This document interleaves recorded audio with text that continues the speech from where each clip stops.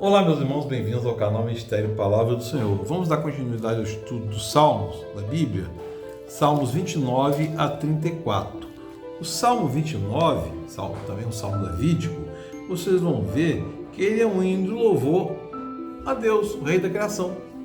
Começa assim: atribuam ao Senhor, ó seres celestiais, atribuam ao Senhor glória e força. Atribuam ao Senhor a glória que o seu nome merece e adorem ao Senhor no esplendor do seu santuário. A voz do Senhor ressoa sobre as águas. O Deus da glória troveja e o Senhor troveja sobre as muitas águas. Interessante a gente observar isso, que tem uma ligação temática aqui com o Salmo 23, né? Que fala isso. E é interessante a gente observar que ele que está dando glória a Deus e fala para os seres celestiais, ou seja, os filhos de Deus, né? Toda a criação deve dar glória ao Senhor, né? Graças ao Senhor o tempo todo. Porque Davi, ele era um homem que tinha uma fé fervorosa e firme, constante, né? O Salmo 30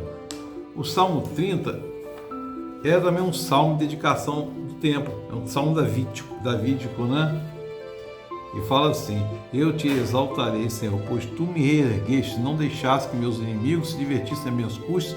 Senhor, meu Deus, a ti clamei por socorro e tu me curaste.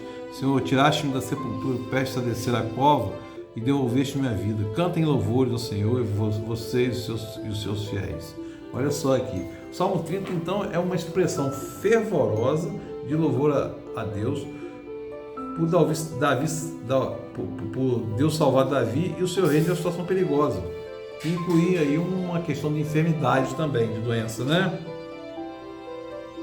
Ele estava sob grande agitação emocional ali, no versículo 5, por exemplo. Quer ver? Pois sua ira só dura um instante, mas o seu favor dura para a vida toda.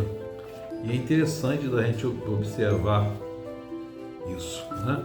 Porque você vê que ele está sempre com o coração, em qualquer circunstância, buscando a Deus, né? O Salmo 31, meu irmão, o Salmo 31 é também um salmo de confiança. Em ti, Senhor, me refugio, nunca permitas que eu seja humilhado. Livra-me pela tua justiça, inclina teus ouvidos para mim, vem livrar-me depressa. Você vê que Davi está pedindo aqui um livramento, né? Davi está pedindo um livramento. Livra-me, Senhor. Sim, tu és minha rocha e a minha fortaleza. Aqui a gente vê Davi outra vez falando com Deus, que Deus é a segurança e a rocha dele, né? Conduz-me, guia-me, tira-me da armadilha que me prepararam, pois tu és o meu refúgio. Nas tuas mãos entrego o meu espírito. Aqui, Jesus falou isso na cruz: Senhor, está consumado, nas tuas mãos entrego o meu espírito. Jesus falou essa frase do Salmo na cruz, né? Uma declaração de confiança.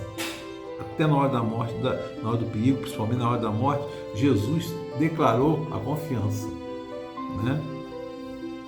Odeio aqueles que se apegam a ídolos inúteis. Eu, porém, confio no Senhor. Exultarei com grande alegria por teu amor, pois viste minha aflição, né? O Salmo 32 é um poema, né? O Salmo 32 é um poema, é um louvor, e fala da felicidade daqueles que adoram, que amam o Senhor, né?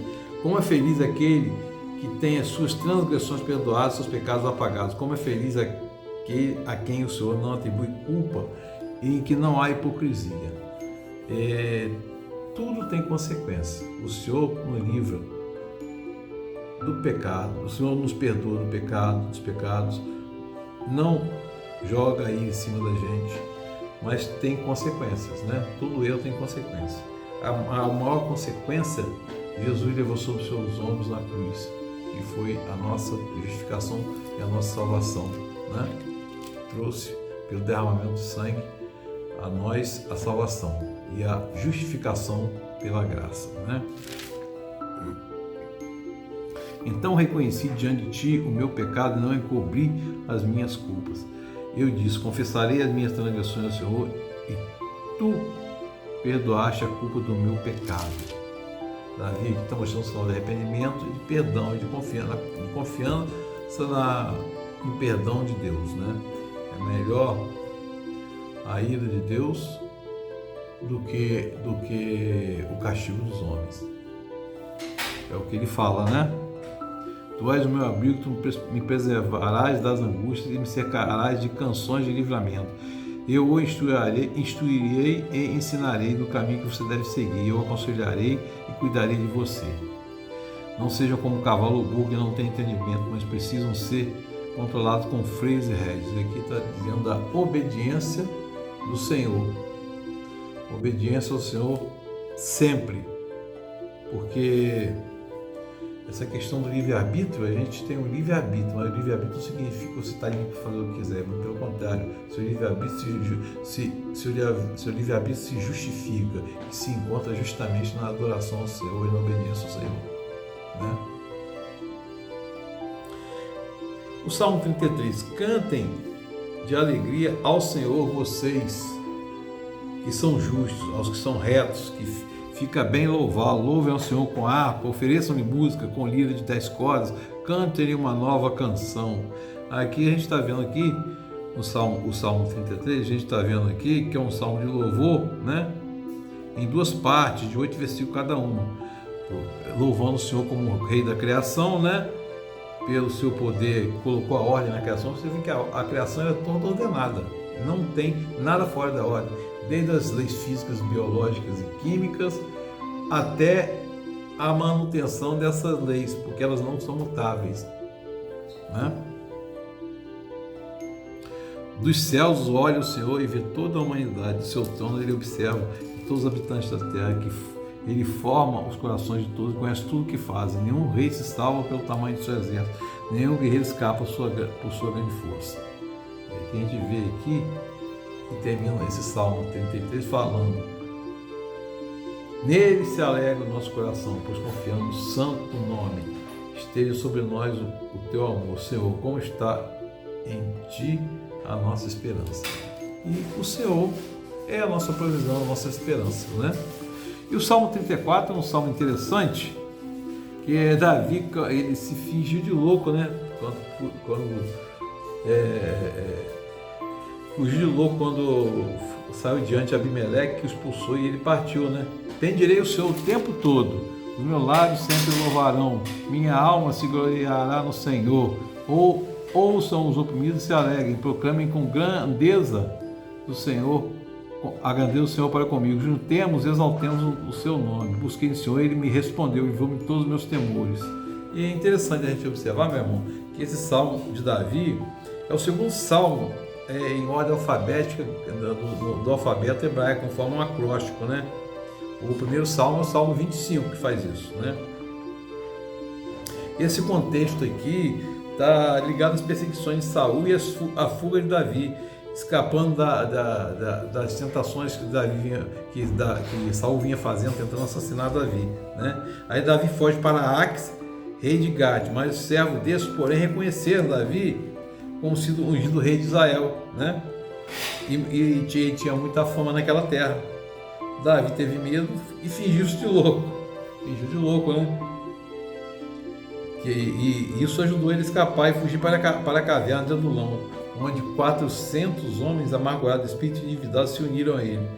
E o providencial livramento divino. E aí Davi escreve esse salmo, né? Interessante que por que disse assim: esse é um salmo de libertação do temor, do perigo, das angústias, das aflições, né, meu irmão? E a gente vê aqui 7 verdades nesse salmo para serem destacadas, né? O louvor circunstancial, na luta circunstancial, Davi assume o compromisso de bendizer o nome do Senhor. A oração fervorosa, né? Davi ora fervorosamente ao Senhor, né? Dá testemunho do livramento, recebe a instrução necessária. Davi passa do convite à experiência para as instruções, né? Da vigilância protetora do Senhor. E aí Davi conclui esse salmo com um contraste profundo, fazendo um profundo contraste entre o justo e o ímpio, como está lá no Salmo 1, o justo e o ímpio, né? E Davi conclui esse belíssimo salmo dizendo que a salvação dos justos, o Senhor resgata a alma dos seus servos e dos que nele confiam, pois nenhum será condenado. Aqui está falando da salvação garantida, né, irmão? Ou seja, Jesus é o caminho e a verdade, é a salvação garantida. Que o Espírito Santo de Deus seja sobre nós.